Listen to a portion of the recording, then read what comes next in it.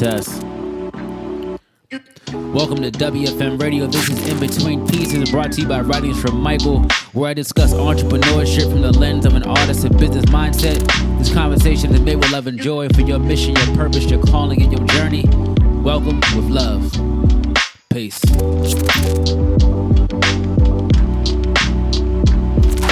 So we are back, and I am Michael G. Simpson, your host. This is In Between Pieces from WFM Radio. Much love. This is the new month of May. Now, may everyone's blessings just expound so broadly and just beautifully and bodaciously. And may this month be the month that opportunity comes and makes your whole entire environment fertile and just blossom. So much love for listening. But I just want to just bring into this conversation, man, just to continue going to understand this is a journey. It's a process. So I'm glad you gravitated toward this conversation, and I want to bring up this next topic, and I won't go too crazy on the time, but shout out to Rachel, man, a client who, purchased and supported the WFM Steve Harvey collaboration, and she had a very dope question that she asked a couple days ago, or a few days ago now, and the question goes, how did you start out? ? Like, what made you decide to do this style of art? How long did it take to get your idea off the ground and profitable? And I love this because it made me really recollect back to how far I've come personally and to how far I'm continuing to go, right? And it makes me think about other artists too and other creatives and other entrepreneurs that everyone has a journey and they have a beautiful journey, man. Everybody has a beautiful story that they should be telling, man, because we don't just get to somewhere overnight, right? It takes the process, the journey, and just the endless not stopping, man, right? The day you stop is the day you quit, pretty much, right? And I had to think about it, man. How did I start out, man? And I started out WFM, and I told this story before, man. Went to high school, all boys high school in Metuchen, New Jersey. Played basketball. I thought I'd be playing ball in college, and hopefully one day get to the NBA, right? Those are the big wild pipe dreams, but. I say all boys, all predominantly all white school, and this was out of my comfort zone in high school, and still to this day, jumping out of my comfort zone. Shout out to Seek This Comfort I have on my shirt right now. But I guess to say that, man, I've really been jumping out of my comfort zone every season to blossom, right? And, I went to college in Pace University, New York. It's the only school in New York that I got accepted to. I think so, right? Well, yeah. I didn't get accepted to NYU. I think I applied to, Pace University is the only school I got to New York. We'll leave it at that on record, right? And my second year in, I understood that this course of success, right? Because honestly, we choose these routes because they're safe, right? We choose these routes because it's what's told to us from our parents or from the guidance we have at that time, and we choose the safe routes. We choose the routes that make sense, right? But I chose the route or the road less traveled, per se, right? I dropped out of college my sophomore year, and as that was deemed upon at that time, right, I had to been like 2019 or, I think around that age, and it was just crazy. Like, why would you do this? But there was something in my heart that felt different, right? So as I continue, man, I moved to Georgia from that time, from New York. Georgia was the only place of stability which I had allowed in my life at the time. My mom lived in Georgia, so I moved to Georgia, man. I started working for Taco Mac, working for LA Fitness, and I finally got a job at Apple, and then once I worked at Apple, I finally felt some structure, some confidence, and an environment which I could actually grow into.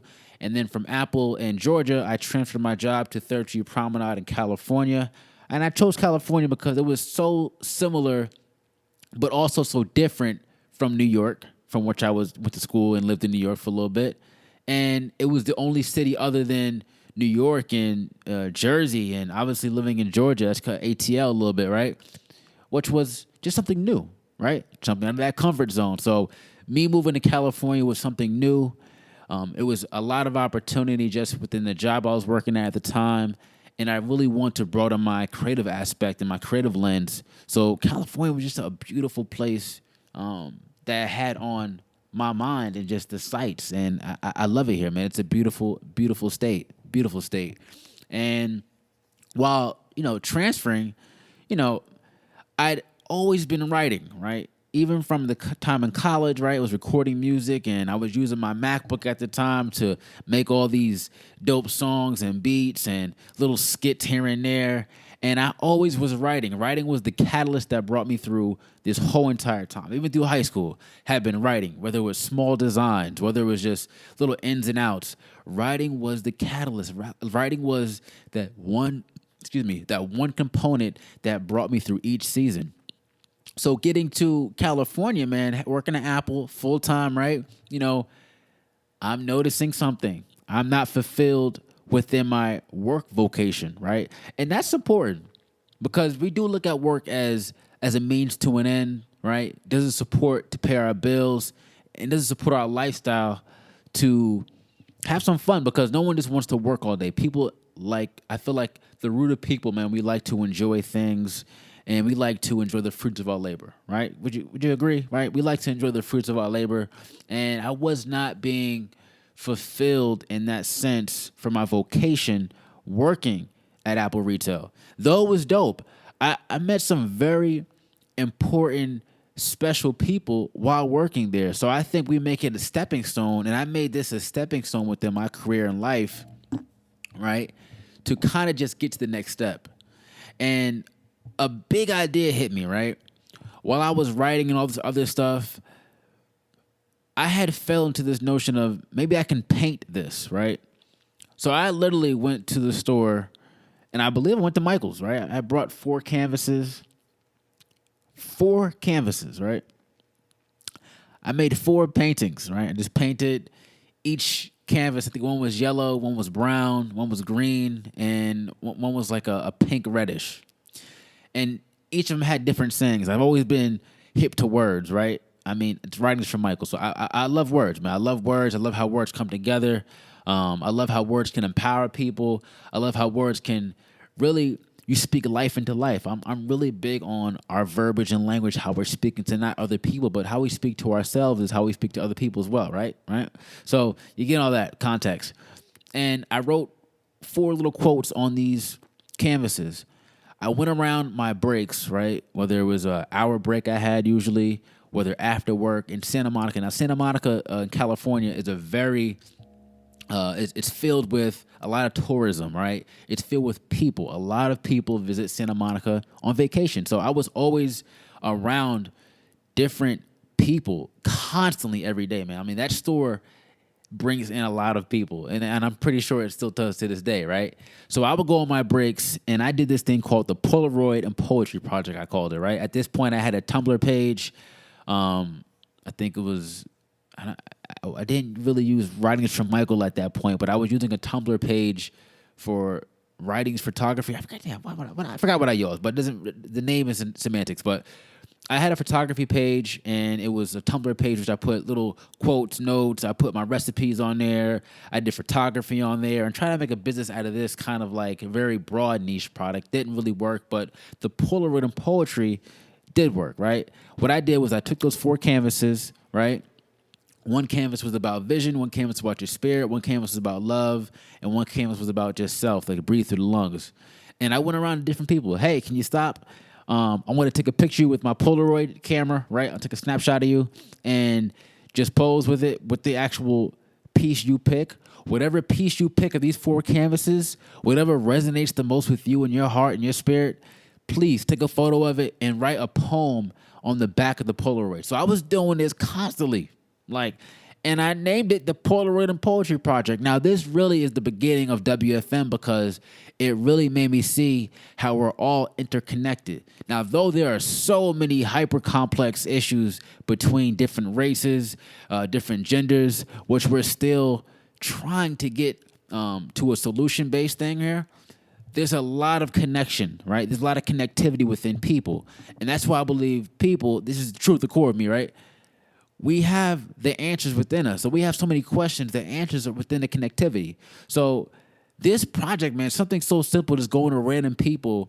One, it brought my confidence up to be able to talk to anybody, man. I was really walking up to anybody and just asking them, hey, look, I'm on my breaks here. I have 4 canvases, And I just want to know, would you be able to be part of this? I can take a picture of you. You write a poem on the back of this picture. And let me just show you briefly. Right. Got my Polaroids right here from my Polaroid camera. And people pose, man. Like, this was literally the Polaroid and Poetry Project. There's a picture of all canvases, right? Can you see that? Now, I have a whole bunch of Polaroids. All Polaroids of people with these canvases. And this was a beautiful project, man. Though I did not get paid for this project, I did not get a single dime. I actually spent my own money to buy the Polaroids, which are pretty costly, man. Urban Outfitters be taxing that, man. So, but nonetheless, it was fulfilling, and I was finding fulfillment within working at Apple, and that was the dope thing about having a job that was able to provide me the income in order to buy this stuff, right? So, although I wasn't on my own and had my own business at this point, I had the sight and the vision just to see, okay, we're on to something here. I think I'm on to something, right? The writing and poem and painting, painting became very therapeutic, man. It became so natural. Like, I should have been painting as a child. And yes, I've taken a painting class, I think in 5th or 4th grade, Miss Muckelson or Miss Muckelman, right? Miss Muckelman, yeah, Miss Muckelman. Miss Muckelman was my art teacher, I believe in 5th or 4th grade. But this abstract way of thought did not get introduced to me until we see, more prolific artists, right? Shout out to Jean-Michel Basquiat. Shout out to Keith Haring, Pablo Picasso. I mean, these are a few names that really stick out and able to flourish years before me, right? And you kind of see what you can make out of just art. It doesn't have to be so structural. It doesn't have to be so cookie cutter and thing. I didn't go to art school. I couldn't even afford art school, but I moved to Atlanta or when I moved to Georgia from dropping out of college in New York, I tried to get back into school, right? I tried to say maybe I should be in art school. I think I should be, right? I think I should be in art school and maybe try to find the business of art, and shit was like 40 grand, 50 grand. I'm like, man, that's not happening. That's not happening. Like, I can't go back into debt before I'm still in debt. So to take on more debt would have been crazy. So to get that context, man, it's like the structural path for me was the road less traveled, right? It was the unorthodox, the unconventional. And this Polaroid and Poetry Project gave me the confidence to know that, yes, things and words connect through all people. And one, it gave me the confidence to begin painting. So after I did that project, I started writing my poems down into my MacBook, right? I put these poems together, and I'm posting them on my Instagram page. At this point, I still have my page, I think, under Take Flight Mike. That's what I was going under as before. I was rapping and stuff and put other business ventures in place, but didn't really jump off, man. Like a few business ventures. It didn't really click. And that purpose wasn't there, though. The ethics wasn't there. That's why we almost just can't make a business. Yes, with just an idea you can, but do you feel it? Does it vibrate your soul, man, right? Can you speak figuratively about that passion and vision without, looking to a paper or something like that, right? It has to be in your soul, man. That's where I was missing before. And with this, it just clicked. So I started posting these poems on my page, man. Just poems. I wasn't even posting me as a person. I kind of went, anonymous almost, right? Just like the poem - Michael, right? And then I started, man, I don't want to be known as just like someone just posting poems. And I think my manager said something at the time, and I forgot his name, man, honestly, but it kind of triggered me. And he put it like, I forgot the term he said, but it almost like I was shy to perform these poems. And I'm like, that's not the case. I want to be a writer. I want to be a writer. I'm writing. I want to be known as a prolific writer. And that was my thing. So I said, man, let me take that energy. Don't put it towards no one. Let's create something. So I was putting together a book, right? I wanted to put together a poetry book. I worked on this book day in, day out, through my breaks, my hour breaks, after work, before work, at night, and just put together this book. At this point, shout out to my beautiful, lovely wife, Ebony. We're kind of getting to the thick of things of getting back together, of talking, right? We're getting together here, and, it inspired me a lot, so much that my topic was love. The Intense Pulse it's titled Intense Pulse. I put together a poetry book while working at Apple. And I'm very proud of this, man, because it really set off what WFM was.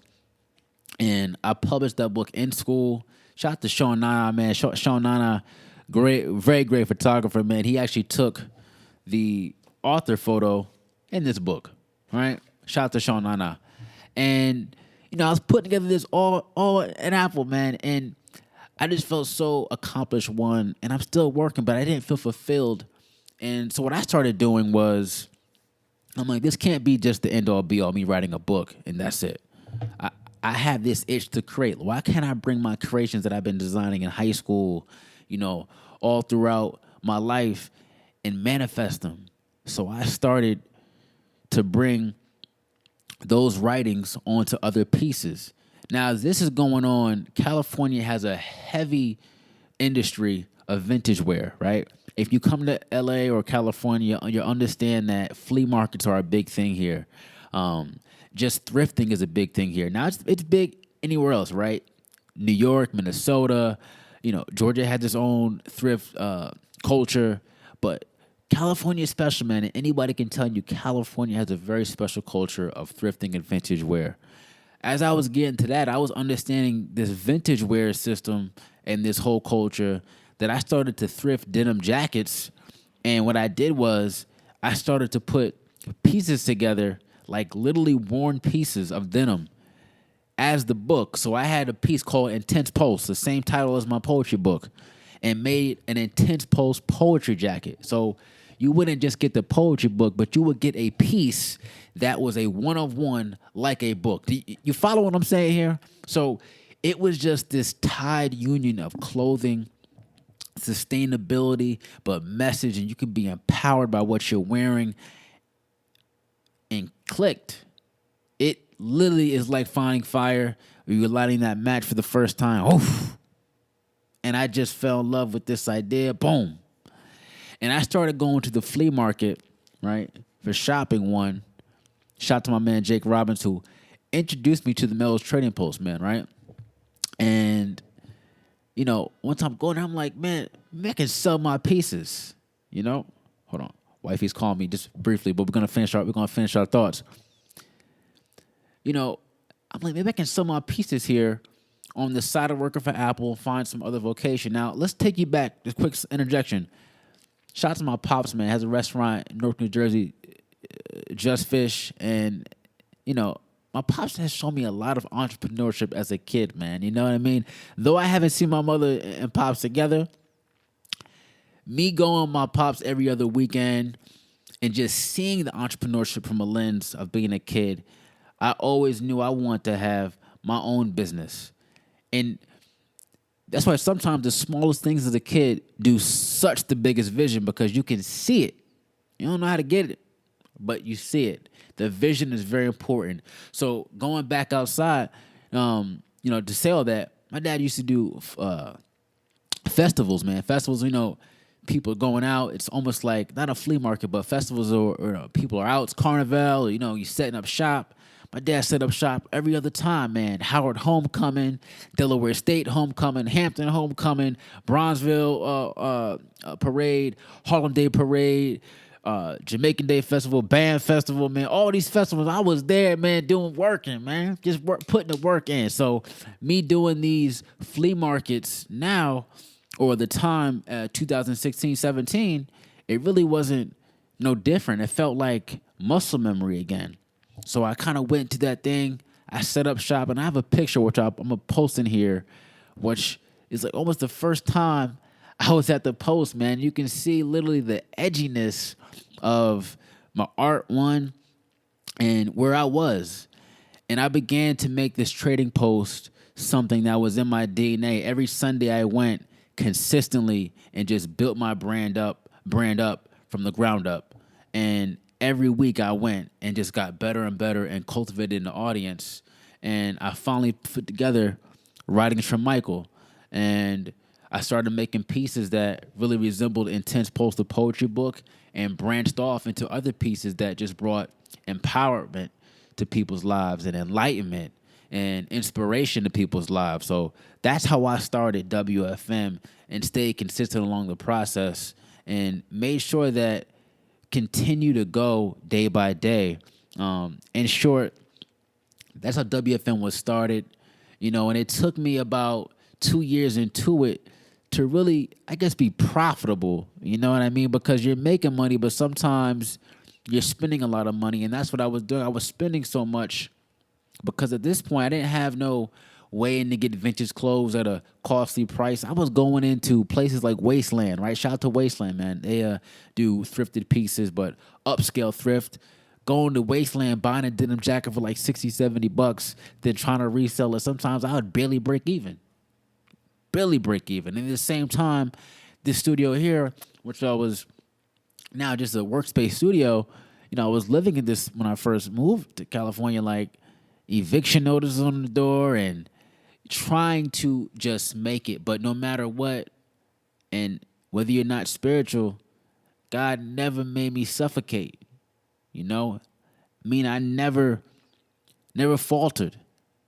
So just by continuing to have faith, there were projects or there would be, shout out to the beautiful clients that really invested into me, because we can't do it by yourself. There's people who invest into you where they're buying a piece from you.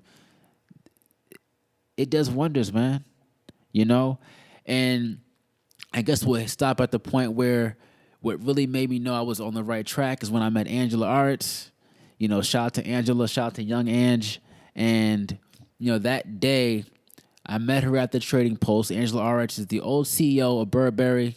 She was the CVP at Apple at the time. Beautiful soul. And, her daughter was looking through my clothes at the time on a Sunday. And, she fell in love with what I was doing at that time. And it's very serendipitous because I had just quit my job at Apple a month prior to meeting Angela. Long story short, Angela put me together with will.i.am to deliver him a jacket. Where's the Love, kind of like a remix, and deliver a jacket to his studio. And she put me in position to win. That's what I would say, man. She put me in a position to win. A beautiful moment. And it really felt serendipitous because I worked at Apple One. I had been seeing her prior to that. And this is the moment where it's like it clicks. And many other moments happen like that along the way, but this is very pivotal because it's when you're down, man, sometimes. When you're down and you're out and it's like, man, one of the things going to, and boom, stay committed, stay down, and stay consistent, stay persistent, man. That relentless journey I'll never forget. It truly, it makes me almost tender inside, man, because anyone listening, don't stop the journey. If it really clicks within your purpose and your mind, you can't quit. The only way you're going to find those magical results is if you truly 150% believe in what you're doing. I truly believed in what I was doing. I believe in it now. I believe there's so much magic to occur for the future, for the now. I just want this conversation or these conversations to be light for someone else understanding that our journeys need patience. So, long story short, that's how I started, Rachel. And within those years, each year became more profitable by just staying consistent. And I saw the increase as the years went by. From that on, I started to work with side projects with Shoe Palace, with Nike, with Nice Kicks. Shout out to Yes Theory, and met a whole bunch of other special people in this world, man, that really gave WFM a light. And I won't go too deep because we have a lot of episodes to cover. But that's how I started. That's how I got my idea off the ground. And I hope this conversation brings so much love and light, man. I really do. But believe in what you're doing, man. I believe in this conversation is going to touch someone. And I believe that what you're doing makes sense. But the only way it'll make sense is if you stay consistent and stay down. So until next time, y'all, this is In Between Pieces, WFM Radio. Peace, y'all. Much love.